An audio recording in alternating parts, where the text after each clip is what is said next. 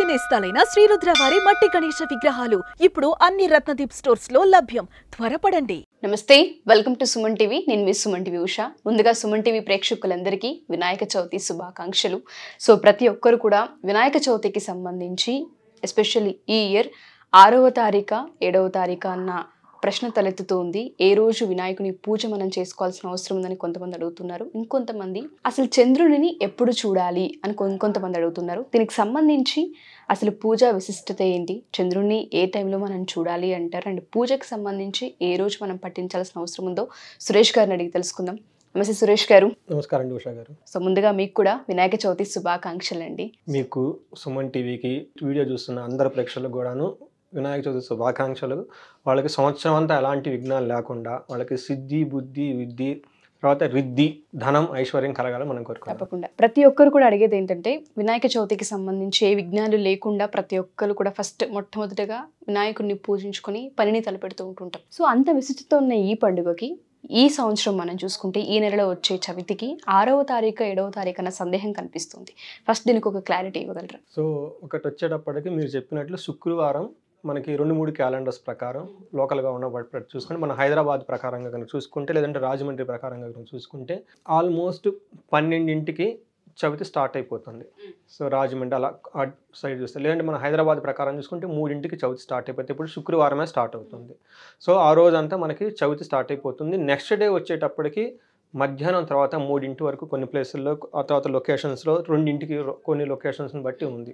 ఈ ప్రకారం వచ్చినప్పుడు చాలామందికి ఉన్న డౌట్ ఏంటంటే తిది ఆల్రెడీ చవితి స్టార్ట్ అయిపోయింది కదా, ఇప్పుడు చేసుకోవాలి అప్పుడు చేసుకోవాలని. తర్వాత అది పోయినది కూడా చాలా కాంట్రావర్సీస్ ఉంది. దీని గురించి చాలా డిస్కషన్స్ అన్నీ అడిగినాయి అనమాట. సో మనకి ఇందులో వచ్చేటప్పటికి మనకి నిర్ణయ సింధు అని చెప్పేసి కొన్ని యాన్షియంట్ గ్రంథాలు ఉన్నాయన్నమాట. అందులో చాలా క్లీన్గా మన మహర్షులు రాశారు ఏ పండుగ ఎలా చేసుకోవాలని చెప్పేసి. 2-3 స్క్రిప్చర్స్ ఉన్నాయి, బాగా ఓల్డ్ అనమాట. ఇవి చాలా పాపులర్ కూడా, ఎవరు చూసుకున్నా కానీ ఈ స్క్రిప్చర్స్ నుంచే చేస్తారనమాట. నేను చూసినప్పుడు ఇందులో కూడా చాలా నాకు డౌట్ వచ్చేసింది. ఇందులో ఫస్ట్ పండగ ఎప్పుడు జరుపుకోవాలి, ఎనీ వ్రతం పండగలు వచ్చేటప్పటికి వ్రతాలు ఇలాంటి ఏమైనా జరిగినప్పుడు ఏం చెప్పారంటే వాళ్ళకి ఒక ఫండమెంటల్ రూల్ పెట్టారు. ఉదయం నుంచి మధ్యాహ్నం వరకు ఏ తిథి అయితే ఉంటుందో ఆ తిథి ఏ రోజు వస్తుందో దాన్ని కన్సిడరేషన్ చేయాలని చెప్పారు. ఈ రూల్ని బట్టి మనం చూసుకుంటే శుక్రవారం అవుతుంది, మధ్యాహ్నం తర్వాత వచ్చింది. సో ఉదయం నుంచి మధ్యాహ్నం వరకు లేదు, అది మధ్యాహ్నం తర్వాత వచ్చింది కాబట్టి దాన్ని అవాయిడ్ చేశారు. చాలామంది అన్ని క్యాలెండర్స్ అన్నీ ఇదే విధంగా రాశారు, అన్ని పంచాంగాలు కూడా ఇదే విధంగా ఉంది, ఇది కరెక్ట్. సో అప్పుడు నెక్స్ట్ డే అంటే 7th డే ఎర్లీ మార్నింగే చదువుతుంది, కానీ అది ఎప్పుడు ఉంది మధ్యాహ్నం వరకు, మధ్యాహ్నం పైన ఉంది కాబట్టి ఈ టయాన్ని వ్రతాలకి ఇదే నియమాన్ని అన్నిటికీ వర్తిస్తాయి.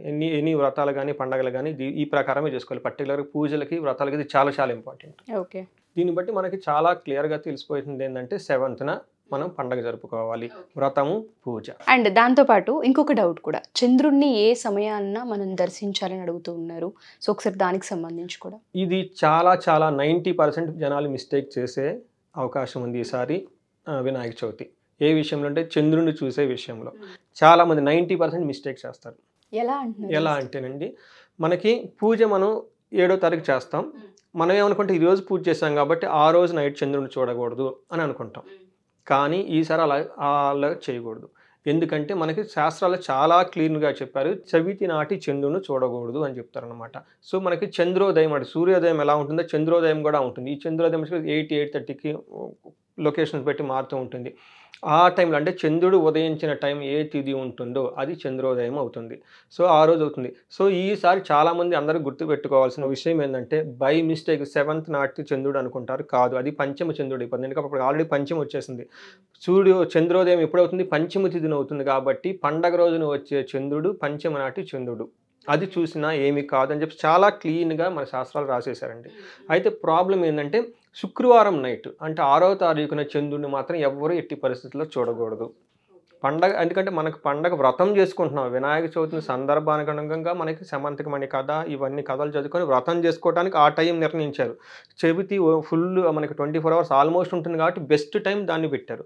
కానీ చంద్రుడిని చాలా క్లీన్గా చెప్పేశారు. ఇదే విషయం కూడా ఇలాంటి వచ్చినప్పుడు, సంధి వచ్చినప్పుడు లేదంటే విత్తతిథి ఇలా వచ్చినప్పుడు దేని కన్సిడరేషన్ చేయాలంటే చంద్రోదయంని కన్సిడరేషన్ చేయాలి. చంద్రోదయం శుక్రవారం పూట అవుతుంది కాబట్టి శుక్రవారం నైట్ చంద్రుని ఎట్టి పరిస్థితుల్లో చూడకూడదు. పూజకు సంబంధించి మాత్రం 7వ తారీఖు మనం చేసుకోవాలి. చంద్రునికి సంబంధించి మాత్రం 6వ తారీఖు సాయంత్రం ఏదైతే స్టార్ట్ అవుతుంటుందో అప్పుడు మాత్రం దర్శించకూడదు అని చెప్తున్నారు. అవునండి. చవితినాడు చంద్రుని చూస్తారో వాళ్ళకి అపవాదులు, ఓకే, బ్లేమింగ్స్ వచ్చేస్తాయి. నీలాప నిందలు అని చెప్పేసి మనం అంటాము. అవును. అంటే ఏమవుతుందంటే మనం ఏ తప్పు చేయలేదు, ఎక్కడో ఏదో ఇన్సిడెంట్ జరిగింది, అది మనం చేసామని మన మీద నిందలు వస్తాయి. ఓకే. సో ఇన్ని కష్టాలు, ఇన్ని ఇబ్బందులు పడేటప్పుడు అలాంటి నిందలు మనకు అవసరం అని చెప్పండి. పోయి కొని తెచ్చుకోవటం ఎందుకండి? మనకి ఆల్మోస్ట్ 6:30, 5:30 నుంచి 9:30 or 10 వరకు 4 hours చక్కగా ఇంట్లో ఉండండి. కిటికీలన్నీ మూసేసేయండి, తలుపులు మూసేసేయండి, షాపులకి ఏం వెళ్ళకండి. ఎందుకంటే రేపు పండగ కాబట్టి ఈరోజు షాపింగ్ వెళ్తే వచ్చే అవకాశం ఎక్కువగా ఉంది. ఈ వీడియో చేయడం ముఖ్య ఉద్దేశం కూడా ఈ సెన్సిటివ్ పాయింట్ని అడ్రస్ చేయడానికే. కాబట్టి మీరు ఏదైనా కనుక షాపింగ్ గమనం చేసుకుంటే డే టైం అయితే చేసేసుకోండి. చక్కగా సాయంత్రం 5-6కి అందరూ మీరు మీ పిల్లలు టీవీ పెట్టేసుకొని కిటికీలన్నీ వేసేసుకొని చక్కగా టైంని 9-9:30 వరకు టైం స్పెండ్ చేసేస్తే ఆ దోషం ఏమైనా ఉంటే పోతుందండి. సో మీరు అన్నట్టుగానే చాలా మందికి దీనిపైన క్లారిటీ లేదు. తెలుసో తెలియక కొంతమంది మిస్టేక్స్ చేసుకుంటూ వెళ్ళిపోతాం. చాలా వాల్యూడ్ ఇన్ఫర్మేషన్ అని చెప్పొచ్చు సార్. నిజంగానే, ఎందుకంటే వినాయక చవితి అనేది విఘ్నాలు లేకుండా ఈ సంవత్సరం ముందుకెళ్లాలని చేసుకునే ముఖ్యమైన పండుగ ఇది. సో ఎవరైతే ఆర్థిక సమస్యలతో ఇబ్బంది పడుతూ ఉంటుంటారో, కొంతమంది జాతక రీత్యా ఒకసారి మిమ్మల్ని కలవాలి అనుకుంటుంటారు, వాళ్ళందరికీ మన అపాయింట్మెంట్ ఏ విధంగా తీసుకునే అవకాశం ఉంటుంది అంటారు? సో ప్రతి ఇంట్లో జ్యోతిష్య జ్ఞానం తెలిసిన వాళ్ళు ఉండాలి. ఈ పండగలు, ముహూర్తాలు ఇదంతా జ్యోతిష్యులు పెట్టి నిర్ణయించేదండి. అలాంటి వాళ్ళు మన ఇంట్లోనే ఉంటే ఆ ఇల్లు ఎంతో పరిణితిగా ఉంటుంది. ఆ ఇంట్లో వాళ్ళకి శోకం ఉండదంటండి. మహారాజుల దగ్గర ఎవరైతే జ్యోతిష్కులను పూజిస్తుంటారో ఆ రాజుకి ఎంత సంపాదన ఉన్నా కానీ శోకం లేకుండా కాపాడేది జ్యోతిష్కులు అంట. అలాంటి ఒక ఇల్లు ఎంతైనా ఉంటే ఆ ఇంట్లో ఈ జ్ఞానం తెలిసిన వాళ్ళు ఉంటే ఆ ఇంటిని కష్టాలు బారిన పడకుండా కాపాడేది ఆ జ్యోతిష జ్ఞానం ఒక వాళ్ళకి హెల్ప్ చేస్తుందండి. ఈ విధంగా చూసుకుంటే ప్రతి ఇంట్లో జ్యోతిషం తెలిసి ఉండాలి. కాబట్టి మనకు చక్కటి కోర్స్ చేసామండి. 15 రోజులు చాలా ఆలోచించి టోటల్ సమగ్రాన్ని మొత్తం ఆ కోర్సులో పెట్టేసాండి. ఆ కోర్సు అందరి నేర్చుకుంటే ఈ ప్రాబ్లం ఉండదు. మొన్న ఎవరో ఒక ఆయన వచ్చారండి, వచ్చేసి పిల్లవాడు పుట్టినప్పుడు ముహూర్తం పెట్టమనేస్తే 3 ముహూర్తాలు పెట్టారండి. నేను చూసి షాక్ అయ్యానండి.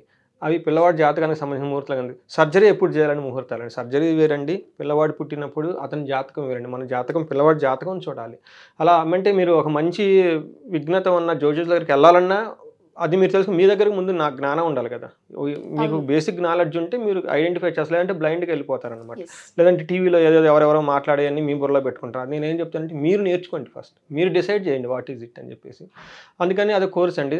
తర్వాత ఇండివిజువల్గా ఎవరికైనా కనుక ప్రాబ్లమ్స్ ఉంటే, ఛాలెంజెస్ ఉంటే, ఆర్థికపరమైన ఇబ్బందులు ఉన్నా, ఏది ఉన్నా కానివ్వండి, ఎలాంటి ఛాలెంజెస్ ఉన్నా కానివ్వండి, ఒక్క ఫోన్ కాల్ నాకు ఈ స్క్రీన్ మీద వస్తున్న నెంబర్కి చేసి అపాయింట్మెంట్ తీసుకోమనండి. వాళ్ళ లైఫే చేంజ్ అయిపోతుంది. తప్పకుండా sir. Thank you sir. Thank you so much. So ఎవరైనా సరే మా ఈ వీడియో కనుక చూస్తే జాతక రీత్యా ఒకవేళ కనుక అపాయింట్మెంట్ మీకు కావాలి అనుకున్నా, లేదా ఆర్థిక పరమైన సమస్యలతో ఎవరైతే ఇబ్బంది పడుతూ ఉన్నారో కనకదార హోమం నిర్వహించబోతూ ఉన్నాము. ఆ హోమంకి మీరు అటెండ్ అవ్వచ్చు. డీటెయిల్స్ తీసుకోవాలి అనుకున్నా, సురేష్ గారిని కలవాలి అనుకున్నా, కింద స్క్రోల్ అవుతున్న కాంటాక్ట్ నెంబర్ని కాంటాక్ట్ చేస్తే సురేష్ గారి టీం మీకు పూర్తి వివరాలు అందిస్తారు. Thank you.